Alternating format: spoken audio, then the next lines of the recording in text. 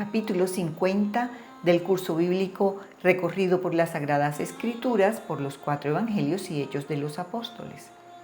Seguimos recorriendo el Evangelio de San Lucas y entramos al capítulo 6 con sus 45 versos, donde se nos aclara en el verso 5 que el Hijo del Hombre es el Señor aún del sábado, ya que los legalistas religiosos de ese tiempo habían hecho de ese día tan especial de descanso, de gozo y alegría, que se convirtiera en un día de temor y angustia para los judíos, que no podían cumplir con la estrictez con la que los sacerdotes pretendían que no hicieran nada, puesto todo era ilícito, ya que infringían la ley y por tanto se les acusaba de pecadores. Así que cuantas veces Jesús sanaba enfermos y hacía milagros en el día de reposo, estaba rompiendo con las tradiciones legalistas y a su vez estaba poniendo en práctica la verdadera aplicación de la palabra de Dios, que no podía someterse a un impedimento humano para seguir haciendo su obra, como cuando sanó al hombre de la mano seca precisamente un día de reposo. Leamos desde el verso 6. Aconteció también en otro día de reposo que él entró en la sinagoga y enseñaba, y estaba allí un hombre que tenía seca la mano derecha. Y le acechaban los escribas y los fariseos para saber si en el día de reposo lo sanaría, a fin de hallar de qué acusarle. Mas él conocía los pensamientos de ellos y dijo al hombre que tenía la mano seca: levántate y ponte en medio. Y él, levantándose, se puso en pie. Entonces Jesús le dijo: os preguntaré una cosa. ¿Es lícito en día de reposo hacer bien o hacer mal? ¿Salvar la vida o quitarla? Y mirándolos a todos alrededor, dijo al hombre: extiende tu mano. Y él lo hizo así, y su mano fue restaurada.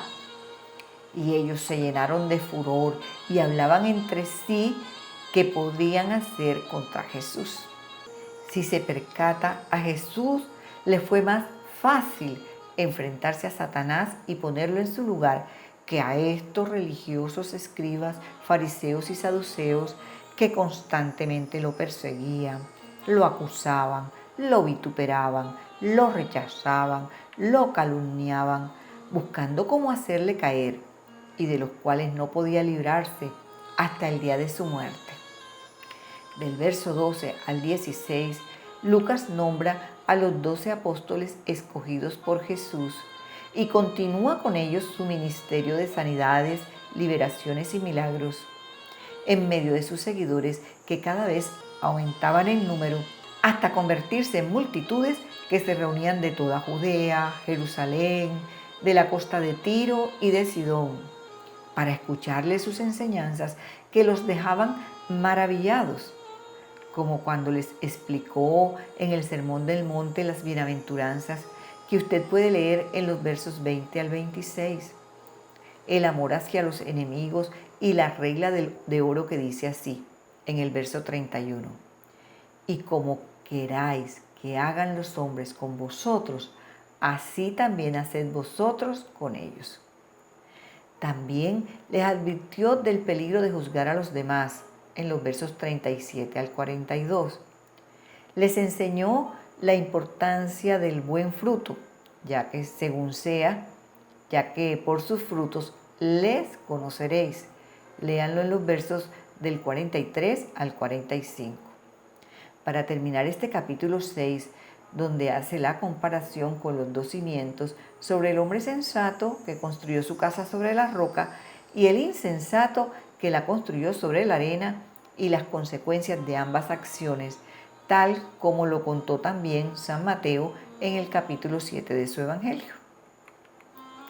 Ahora pasemos al capítulo 7 de Lucas para recorrer sus 50 versos, donde nos encontraremos con algunos sucesos ya contados en los otros evangelios, como la sanidad al siervo del centurión, que también aparece en Mateo 8, del que recordamos las palabras célebres que éste le dijo a Jesús: yo no soy digno que entres en mi casa, pero una palabra tuya bastará para sanarlo. Léalo desde el verso 1 al 10. Este episodio que viene ahora solo lo cuenta este evangelio. Por eso se los voy a referir, porque es un impresionante milagro de resurrección el que hace con el hijo de la viuda de Naín. Leámoslos desde el verso 11. Aconteció después que él iba a la ciudad que se llama Naín, e iban con él muchos de sus discípulos y una gran multitud. Cuando llegó cerca de la puerta de la ciudad, he aquí que llevaban a enterrar a un difunto, hijo único de su madre, la cual era viuda, y había con ella mucha gente de la ciudad. Y cuando el Señor la vio, se compadeció de ella y le dijo: no llores. Y acercándose, tocó el féretro, y los que lo llevaban se detuvieron. Y dijo: joven, a ti te digo, levántate. Entonces se incorporó el que había muerto y comenzó a hablar, y lo dio a su madre. Y todos tuvieron miedo y glorificaban a Dios diciendo: un gran profeta se ha levantado entre nosotros. Y Dios ha visitado a su pueblo. Y se extendió la fama de él por toda Judea y por todas las regiones de alrededor. Jesús se compadeció de una viuda que llevaba a enterrar a quien la sustentaba, ya que ella no tenía marido, por lo tanto su porvenir era la pobreza absoluta hasta que llegara la muerte. Con él se cuentan 3 milagros de resurrección. Los otros 2 fueron el caso de la niña de 12 años, hija de Jairo, y el de su amigo Lázaro. Pero me llama la atención el reconocimiento que los testigos de este apoteósico hecho dicen de él. En el verso 16, se ha levantado un gran profeta entre nosotros, haciendo alusión a uno mayor que el profeta Elías, quien resucitó en su tiempo al hijo de la viuda de Sarepta, y al profeta Eliseos, cuando resucitó al hijo de la mujer de Sunén.